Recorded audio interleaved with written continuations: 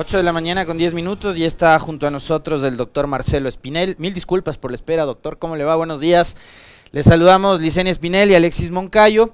Estamos viendo, yo decía hace un momento en el comentario y en la entrevista anterior, una suerte como de fuego cruzado entre la presidenta de la Asamblea y el presidente de la Comisión de Fiscalización, Fernando Villavicencio. Haciendo una comparación, remontándonos a lo que sucedía en el periodo anterior, otra vez me parece vamos a entrar en ese juego, esa espiral de denuncias y de búsqueda de cortar cabezas, quién sabe con qué objetivos, pero yo no veo de cerca por lo menos una salida a este entuerto y que le permita a la Asamblea definir una agenda para los próximos 2 años, para esta mitad de periodo. ¿Cómo está, doctor? ¿Cómo ve usted estos acontecimientos? Bienvenido. Alexis, buenos días. Licenia, buenos días y un cordial saludo a su distinguida audiencia. Para mí es un gusto poder acompañarlos el día de hoy. Precisamente estamos enfrentando nuevamente estos ataques internos dentro de la Asamblea Nacional, entre distintas fuerzas políticas comienzan a lanzarse denuncias que desafortunadamente lo que están haciendo es minar nuevamente la confianza de los ciudadanos en el Parlamento. Como siempre hemos dicho desde Fundación Ciudadanía y Desarrollo, lo que tiene que promoverse es una fiscalización responsable, una fiscalización que no sea un show político, sino que realmente lo que busque es ejercer este control político que le corresponde a la función legislativa para que de esta manera se puedan rendir cuentas adecuadamente ante la ciudadanía sobre el uso de los recursos públicos y el cumplimiento de las funciones estatales.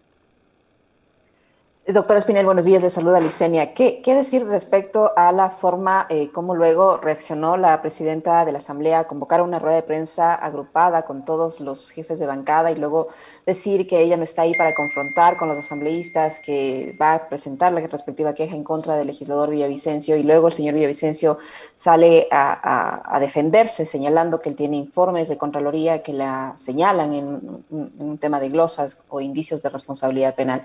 Es normal, es tradicional que se haga ese tipo de eventos así, que la presidenta salga acompañada de los jefes de bancada a responder a un legislador. Bueno, esto es algo que no se ha visto al menos en los últimos años. Desde el monitoreo que hacemos desde el Observatorio Legislativo de Fundación Ciudadanía y Desarrollo, que empezó en el año 2010, hemos visto este tipo de sucesos. Sin embargo, pues también es necesario destacar que los procesos administrativos, sancionatorios que se pueden seguir en contra de los legisladores son aceptados y son normados por la ley orgánica de la función legislativa y pues el trámite tiene que seguirse. Si es que el Consejo de Administración Legislativa determina que algún asambleísta se ha alejado de aquello que establece la ley orgánica de la función legislativa, seguramente establecerá una sanción. Recordemos también ahora que tenemos un comité de ética de acuerdo a las reformas de la Ley Orgánica de la Función Legislativa aprobadas en el año 2020, que determinará en este caso si es que un legislador se ha alejado de lo, como comenté, determinado en la norma. ¿Hay avances en el ámbito legislativo, doctor Espinel? Estaba revisando los datos que usted muy gentilmente nos ha hecho llegar, que son, digamos, cifras que las trabaja el personal de la Fundación Ciudadanía y Desarrollo del Observatorio Legislativo, y digamos, lo que más se destaca es todo este proceso de fiscalización en contra de Pablo Celi, pero en materia legislativa y tomando en cuenta que en 80 días el Ejecutivo solo ha enviado un proyecto de reforma de ley, que es la ley de comunicación, ¿en qué ha avanzado la Asamblea Nacional, doctor? Bueno, precisamente la Asamblea Nacional ha recibido un total de 20 proyectos de ley presentados por los legisladores y ha aprobado un total de 4 leyes, 3 de ellas correspondientes a las 61 leyes que se contemplaron dentro de la agenda legislativa. Asimismo, la Asamblea Nacional ha resuelto 6 objeciones presentadas por el Ejecutivo. De acuerdo a los datos que nosotros tenemos, esta actividad legislativa, al menos durante estos casi 100 primeros días, se mantiene dentro del promedio. Hay que sumarle a esto que la Asamblea Nacional ha aprobado un total de 15 resoluciones que buscan exhortar a otras funciones del Estado al respecto de la garantía de derechos constitucionales o temas de comportamiento político de las máximas autoridades. Asimismo, pues dentro de los procesos de fiscalización yo creo que tenemos que notar no solo esta solicitud de juicio político en contra de Pablo Celi, sino también en contra de Freddy Carrión, del Defensor del Pueblo. Y hay más de casi 300 solicitudes de información pública que han presentado los legisladores, pero que desafortunadamente al día de hoy solo el 8% tiene respuesta. Doctor Espinel, ¿qué tan puede salir afectado el señor Villavicencio con toda esta forma como se lleva a cabo el juicio político al señor Pablo Celia, el excontralor subrogante, por este olvido, por toda esta bochornosa situación por la que tuvo que atravesar, ¿queda minada su credibilidad para futuros procesos de interpelación? Bueno, yo creo que el día en el cual se estaba resolviendo en el Pleno de la Asamblea Nacional este informe de posiciones, porque no se pudo presentar el informe de comisión, yo creo que los asambleístas estaban interesados no solo en aprobar el juicio político en contra de Pablo Celes, sino también en contra del presidente de la comisión, precisamente por este error administrativo que se dio. Recordemos también que cuando sucedió este bochornoso acto del defensor del pueblo, el asambleísta Fernando Villavicencio también anunció en redes que iba a iniciar la recopilación de documentos para poder presentar un juicio político en contra de Freddy Carrión y que había comunicado el inicio de la recopilación de esos documentos a la presidenta de la Asamblea Nacional, algo que no está contemplado dentro del procedimiento fiscalizador que está establecido en la Ley Orgánica de la Función Legislativa. Entonces, se puede evidenciar que existe una intención de Fernando Villavicencio de generar este impacto mediático, más allá de una fiscalización responsable. Entonces, esperemos que este tipo de cosas hayan generado un aprendizaje no solo en el asambleísta Fernando Villavicencio y su equipo, sino en todos los miembros de la Comisión de Fiscalización. La fiscalización no se la puede manejar como un show mediático. La fiscalización tiene que ser manejada de forma responsable, porque como comentaba hace un momento, eso permite que los ecuatorianos podamos tener una debida rendición de cuentas del uso de los recursos públicos y del cumplimiento de las facultades que son otorgadas a cada una de las autoridades del Estado. Yo coincido, comparto y suscribo plenamente sus palabras con respecto de que los procesos de fiscalización tienen que ser absolutamente transparentes, prolijos y técnicos, doctor, pero en este país la fiscalización se ha convertido en eso, ¿no? En una suerte como de siempre intentar llevar al paredón a alguien y de convertir además cada intento de destitución o de juicio político en una plataforma con miras a. Yo recordaba hace un momento en el comentario, por ejemplo, que Esteban Bernal llevó a la guillotina a Sofía Spink, a quien después la justicia le dio la razón, y Esteban Bernal apuntaba con ese proceso a ser elegido prefecto de la SUAY y perdió en el 2019 con Yacu Pérez. Entonces, acá la presencia de Villavicencio garantiza eso, que se pueda hacer un proceso técnico de fiscalización, ¿o no? Bueno, eso realmente no lo sabemos hasta que sigamos viendo otros procesos de fiscalización. Yo, como comentaba hace un momento, Alexis, creo que esto es un aprendizaje para todos los miembros de la Comisión de Fiscalización y esperemos también que sea una suerte de jalón de orejas, de llamado de atención para el asambleísta Fernando Villavicencio, para que trate de evitar el impacto mediático, el show mediático, sino que se haga esta fiscalización responsable. Ojo, que se ha comentado dentro de algunos legisladores, dentro del seno de la Asamblea Nacional, la posibilidad de solicitar la destitución del asambleísta Fernando Villavicencio como presidente de la comisión, precisamente por incumplimiento de funciones. ¿Y eso es posible? La Ley Orgánica de la Función Legislativa plantea esa posibilidad, que tendría que ser resuelta por el Pleno de la Asamblea. Entonces, veamos que este tipo de actuaciones que tal vez buscan más mediatizar los actos de fiscalización en lugar de ejercer esta fiscalización responsable, podría ser contraproducente para el asambleísta Villavicencio. ¿Esta queja que anuncia la presidenta de la Asamblea en contra del señor Villavicencio es viable, es lícita y en qué consiste? ¿Qué le podría pasar en caso de que ya se presente definitivamente esa queja? Bueno, el proceso de queja es completamente distinto a lo que acabé de comentar, se sustenta nuevamente en lo establecido en las reformas de la Ley Orgánica de la Función Legislativa, tendría que ser resuelto por el Consejo de Administración Legislativa y va de una sanción entre 8 a 15 días en contra del asambleísta, en la que se establecería que él no podría ejercer el cargo y tampoco tendría una remuneración por este periodo de tiempo.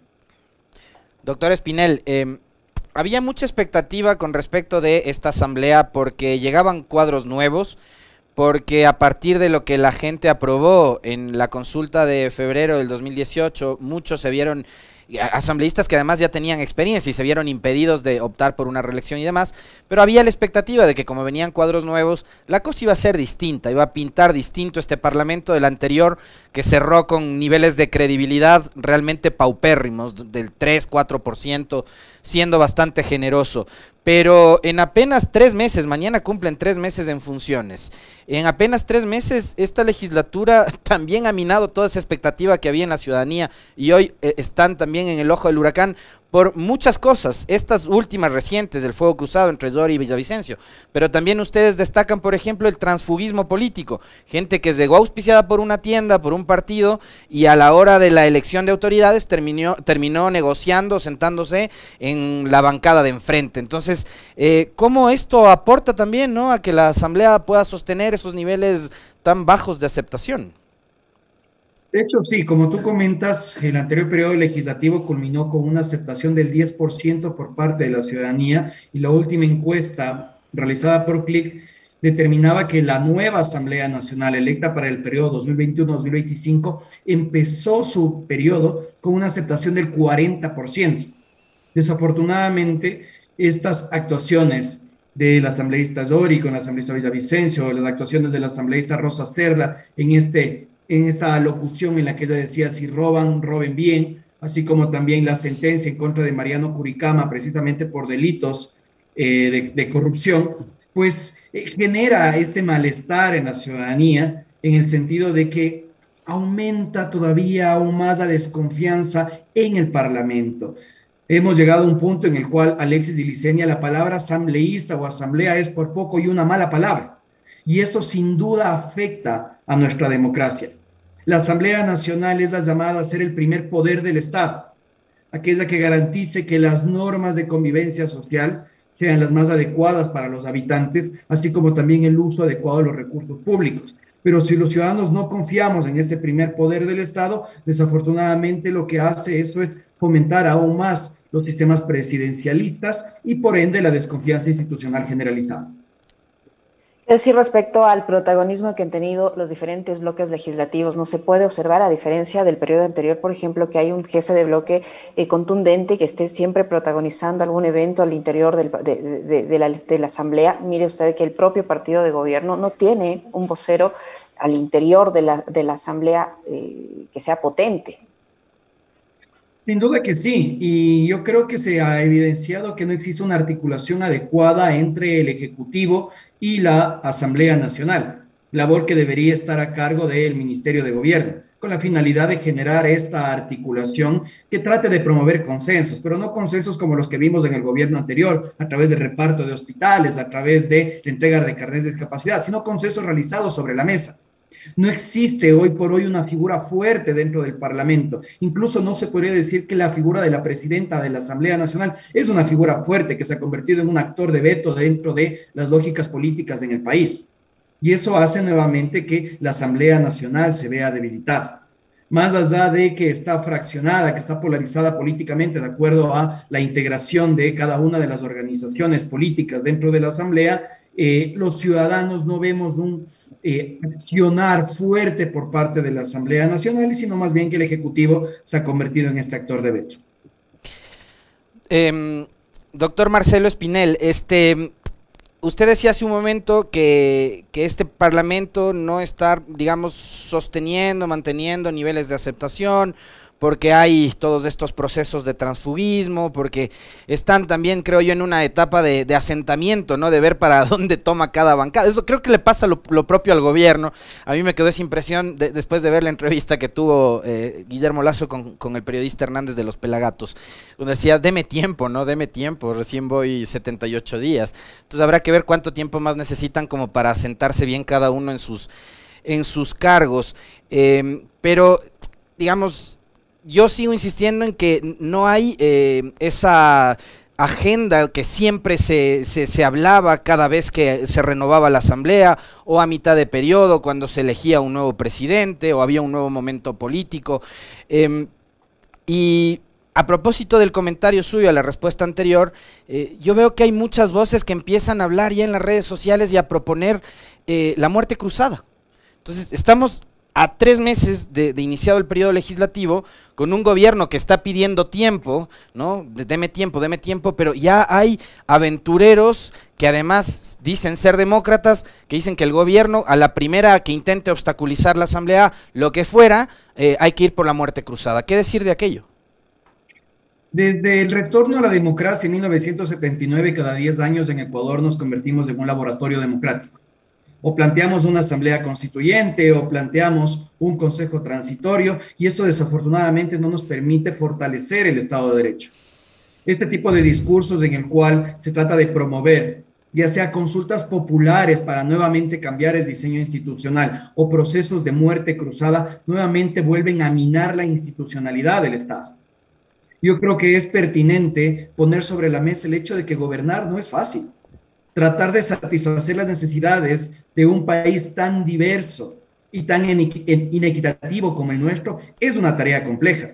Sin duda, el presidente Lasso no cuenta con todas las herramientas políticas para poder implementar aquello que propuso dentro de su plan de gobierno, y la Asamblea Nacional, al estar fraccionada, también tiene dificultades de llegar a consensos. Como bien comentaba Licenia, no existe actores fuertes dentro de cada uno de los bloques, que sean los voceros de cada una de estas posturas políticas. Y eso es algo difícil de lograr para tratar de fortalecer nuestra democracia. Es uno de los elementos esenciales para fortalecer esta democracia e implementar los planes de gobierno. Tanto, doctor Espinel, perdón que le corte ahí porque me parece muy importante esto, tanto que la única reunión que ha mantenido el presidente Lasso con un asambleísta es precisamente con Fernando Villavicencio para hablar de la consulta popular, pues, y con nadie de su bloque. Completamente. Bueno, tal vez que existen reuniones con gente de su bloque que nosotros no la hemos visto, y nuevamente dentro de este show mediático al cual personalmente, no hablo institucionalmente, yo estoy en contra, se dio esta reunión entre Fernando Villavicencio y Guillermo Lasso. Tanto es así, Alexis, que tú recordarás que el que anunció esta supuesta convocatoria de consulta popular no fue ni siquiera el presidente, sino el asambleísta Fernando Villavicencio, y el presidente ya dijo que eso no va a suceder, al menos durante este año.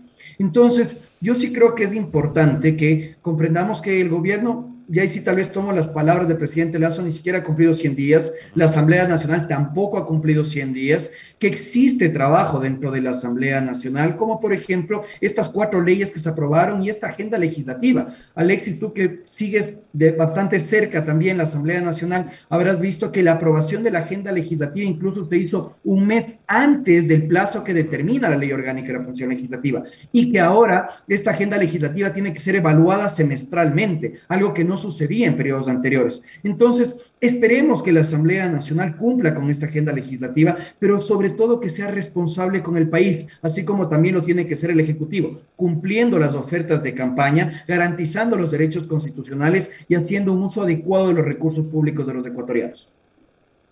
Doctor Espinel, ¿qué posibilidades le ve a usted ahora este acuerdo, conversación, diálogo, no sé ya cómo llamarlo, que hubo inicialmente entre Pachacuti y el presidente Guillermo Lasso, tomando en cuenta que la CONAIE y Pachacuti han limado sus asperezas, se hicieron de buenas, digámoslo así, y han apoyado incluso las manifestaciones del 11 de agosto? ¿Qué futuro le ve a esta especie de alianza que hubo inicialmente entre Pachacuti y el gobierno? Bueno, yo realmente tengo una alta preocupación al respecto de esto, porque una democracia lo que tiene que hacerse es de poner posiciones. Y me parece que por cada uno de los sectores no existe este interés de poner sus posiciones. El presidente ha sido muy claro en el sentido de que se va a mantener este decreto que eliminó de una u otra manera o cambió el sistema de subsidios en Ecuador a los combustibles, y el sector indígena pues sostiene que tiene que eliminarse. Recordemos que incluso ahí también la Asamblea Nacional resolvió a través de una resolución del Pleno de la Asamblea Nacional que el sistema de subsidios actual tiene que mantenerse. Entonces es algo que genera nuevamente estas asperezas, estas fricciones entre el Ejecutivo y el Legislativo, y que mientras no se encuentre otro camino para lograr una recuperación económica del país que permita a la gente no verse tan afectada por este decreto ejecutivo, creo yo que las asperezas van a mantenerse. Sin embargo, yo creo que hay un aspecto positivo, y eso es el hecho de que al menos se abren puertas al diálogo, ¿no? Esperemos que estas puertas al diálogo se mantengan abiertas, que logren llegar a consensos y que no tengamos que volver a sucesos que, a pesar de que existe el derecho ciudadano a la protesta social, puedan caer en temas referentes a actos de violencia, afectaciones a otros ciudadanos o afectaciones a, en este caso, al patrimonio público. Doctor, han sido de utilidad, viendo lo que ha sucedido con este proceso en contra de Pablo Celi, ¿han sido útiles las reformas que se hicieron en el periodo anterior a la Ley Orgánica de la Función Legislativa para un poco agilitar los procesos de fiscalización y juicios políticos o no? Completamente. Desafortunadamente no tengo el dato exacto a la mano, Alexis, pero en el anterior periodo legislativo existía una fiscalización con distinta vara de acuerdo a quién era el funcionario. Entonces tú tenías, por ejemplo, casos como el juicio político en contra de Richard Martínez, que habían pasado cerca de 1.100 días sin que la Asamblea Nacional lo resuelva, o casos de juicio político como, por ejemplo, los seguidos en contra de los ex consejeros del Consejo de Participación Ciudadana y Control Social, encabezados por el sacerdote Tuárez, y que había sido resuelto en menos de 20 días. Entonces existía esta doble vara, ¿no? Estas reformas de la Ley Orgánica de la Función Legislativa que establecen nuevos plazos para los procesos de fiscalización, vuelve a la fiscalización más deficiente. Y también creo que es adecuado que sea el Pleno de la Asamblea Nacional el que resuelva ya sea el archivo de la solicitud de juicio político o la procedencia de un juicio político. Entonces, ojalá en el transcurso de los 4 años que tiene esta Asamblea Nacional veamos cuáles son los efectos de estas reformas de la Ley Orgánica de la Función Legislativa, no solo en este aspecto de fiscalización, que ya lo hemos visto, sino también en el aspecto legislativo. Existen cosas como, por ejemplo, el seguimiento y evaluación de las leyes aprobadas, así como también el hecho de que los proyectos de ley que se presenten por parte de los legisladores tienen que cumplir nuevos requisitos, temas referentes a género, temas referentes a los objetivos de desarrollo sostenible, pero hay un punto que me preocupa, Alexis, y es que se establecieron reformas referentes a la implementación de un modelo de parlamento abierto, que los ciudadanos podamos conocer de mejor manera qué hace o qué no hace la Asamblea Nacional. Y hasta el día de hoy eso no ha sido implementado. Por ejemplo, los ciudadanos deberíamos conocer un formulario que los asambleístas están obligados a presentar, que es su declaración de intereses. Saber si un asambleísta tiene algún tipo de relación, de parentesco con altas autoridades del Estado, o si es que sus parientes tienen acciones en empresas que podrían ser contratistas del Estado. Y esta información hoy por hoy no se conoce. Los ciudadanos deberíamos conocer adicionalmente cuáles son las actas de constatación de quórum, así como las actas de votaciones, no solo del Pleno de la Asamblea Nacional, sino también de las comisiones. Y otros aspectos, como por ejemplo, si los asambleístas están presentando o no observaciones a los proyectos de ley. Y esto para que los ciudadanos podamos ejercer nuestro derecho al control social. Desafortunadamente, este aspecto por parte de la Asamblea Nacional hasta el día de hoy sigue siendo incumplido. ¿Y por qué no se puede cumplir si es una disposición? Pues de eso tendríamos que preguntarle a la presidenta de la Asamblea Nacional y al secretario general de la Asamblea Nacional. Desde el Observatorio Legislativo nosotros hemos hecho procesos de incidencia, llamados de atención, exhortos a la Asamblea Nacional, que hagan un cumplimiento con la ley. Porque aquí no nos están haciendo ningún favor a los ciudadanos ni a los medios de comunicación al entregar más información. Están o deberían cumplir con un mandato legal que les ayudaría a recuperar la legitimidad y la confianza ciudadana en el Parlamento. Caso contrario, yo creo que las quejas de la presidenta de la Asamblea Nacional diciendo que hay un boicot en contra de ella por ser mujer, por ser la primera presidenta, por ser indígena, no tienen asidero. Si es que se siguen realizando este tipo de actuaciones que están alejadas de la ley y que muestran opacidad dentro del accionar legislativo.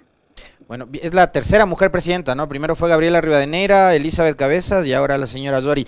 Y a propósito de esto, doctor, yo sí quisiera una reflexión suya, una respuesta con respecto de la polémica que se ha desatado por la adquisición de, no sé cuántos serán, 4, 5, 10 vehículos, no sé, pero una institución pública necesita movilizarse, necesita contar con vehículos para sus autoridades. Si no, acá vamos a empezar incluso a fiscalizar hasta el uso, perdóneme, pero del jabón y del papel higiénico de los 7 pisos que tiene la Asamblea. O sea, está bien denunciar los actos de corrupción, pero ya ese rol de denunciólogo, de ponerse a cuestionar porque se renueva una flota vehicular que ayer convocó a una rueda de prensa en donde también se destinan recursos, es tiempo gastado en una rueda de prensa que no era necesaria para decir que los vehículos ya no funcionan y que los conductores y la seguridad tienen que bajarse a empujar.